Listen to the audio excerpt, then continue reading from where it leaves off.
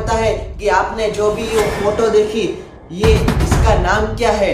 ये आपने जो इमेज देखी, इससे आप इस नाम से रिलेट कैसे करते हो? क्या आपको इस नेम के पीछे का हिस्ट्री यानी कि इतिहास पता है?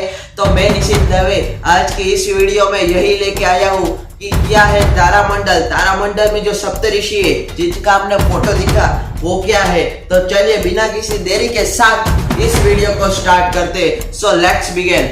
ये वीडियो बहुत ही मजेदार रहने वाली है, तो चैनल को सब्सक्राइब कीजिए, वीडियो को लाइक कीजिए बाद में। आइए शुरू करते हैं। चलिए सबसे पहले हम जानते हैं कि स्टार कॉन्स्टेलेशन यानी कि तारामंडल। तारामंडल हमें क्या कहता है? देखिए, स्टार कॉन्स्टेलेशन जो है ना, वो एक ग्रुप ऑफ स्टार है, यानी कि जो पूरे स्टार्स है ना, वो जब इकट्ठा एक हमें शेप पर्टिकुलर देखने को मिलता है, उसे कहते हैं हम तारामंडल। ठीक है, वेरियस तारामंडल है जो हमें बहुत सारा ज्ञान देते हैं अकॉर्डिंग टू हिंदू माइथोलॉजी। लेकिन इस ज्ञान के पीछे रीजन क्या है, ये हम समझते हैं। ये हमें ज्ञान क्या सिखाता है, ये समझते हैं। ये जो कॉन्स्टेलेशन के नाम है, वो अलग अलग कल्चर से रिलेट करते हैं, यानी कि अलग अलग कल्चर में इसके अलग अलग नाम होते हैं कॉन्स्टेलेशन में।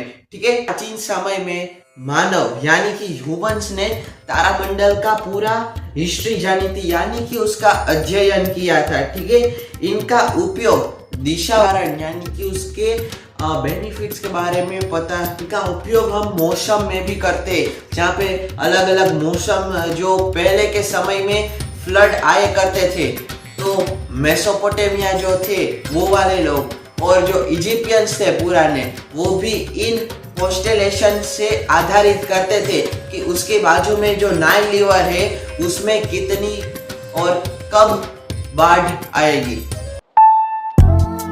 हमने तारामंडल यानी कि ग्रुप ऑफ कॉन्स्टेलेशन यानी कि कॉन्स्टेलेशन ग्रुप ऑफ स्टार्स का हमने सही एग्जांपल दे दिया। अब हम चलते हैं सप्तऋषि के ओर, जो कि इस वीडियो का मेन टॉपिक है। छोटे या बड़े जो भी हो, सप्तऋषि का नाम सुनते एक ही विचार आता है, एक ही फोटो हमारे मगज में आती है, और वो है ये। लेकिन क्या आपको इसके पीछे हिस्ट्री जाननी है तो ये वीडियो पूरा देखना। सिर्फ ऋषि ही नहीं थे, ये ज्ञान का महासागर थे। अभी मैं इनके सारे नाम बताऊंगा।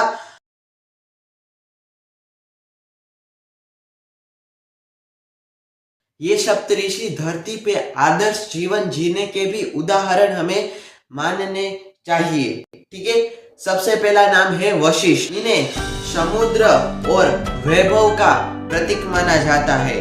वशिष्ठ की शिक्षा ने भारतीय संस्कृति में धरोहर के रूप में स्थान निभाया। दूसरा नाम है विश्वामित्र।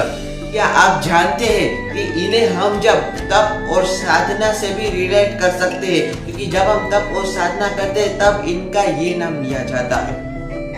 खुद को ब्रह्म ऋषि बनाया था, जो कि भगवान से डायरेक्ट कांटेक्ट रखते हैं, उसे हम कहते हैं ब्रह्म ऋषि। ठीक है, तप और धैर्य का ये सबसे बड़ा उदाहरण सिद्ध कर दिया था। थर्ड नंबर पे आते हैं जमदग्नि ऋषि। जमदग्नि उसके पुत्र थे हमारे परशुराम, ये तो आप सभी जानते हैं। आयुर्वेदिक में सबसे बड़ा प्रोग्रेस किया था। चौथे नंबर पे आते हैं हमारे ऋषि गौतम। इनके विचार आज भी पूरे संसार में पढ़ते हैं। इनकी ही कहानियों से हमें पता चलता है कि सत्य की खोज में कठिनाइयां तो बिल्कुल ही आती है। पांचवें नंबर पे आते हैं भृगु ऋषि। इन्हें भविष्यवाणी का बहुत ज्ञान था।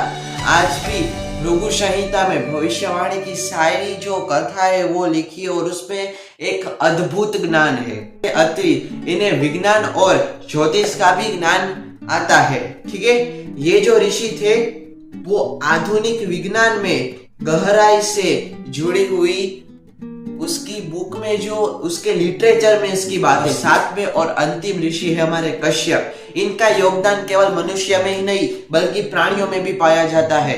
इनकी लिटरेचर बुक, उनका योगदान न केवल मानवता यानी कि ह्यूमैनिटी के लिए भी नहीं, लेकिन बल्कि संपूर्ण प्रकृति यानी कि हमारे एनवायरनमेंट के लिए भी बहुत ख्याल रखा था। तो ये थे हमारे सप्तऋषि का नॉलेज। दोस्तों, ये थी उन सप्तऋषियों की कहानी। अगर आपको ये वीडियो अच्छा लगा हो तो इस वीडियो को लाइक करके चैनल को सब्सक्राइब कीजिए। अभी के अभी बेल आइकन प्रेस कर दीजिए। मिलते हैं आपको नेक्स्ट वीडियो में, तब तक के लिए बाय बाय।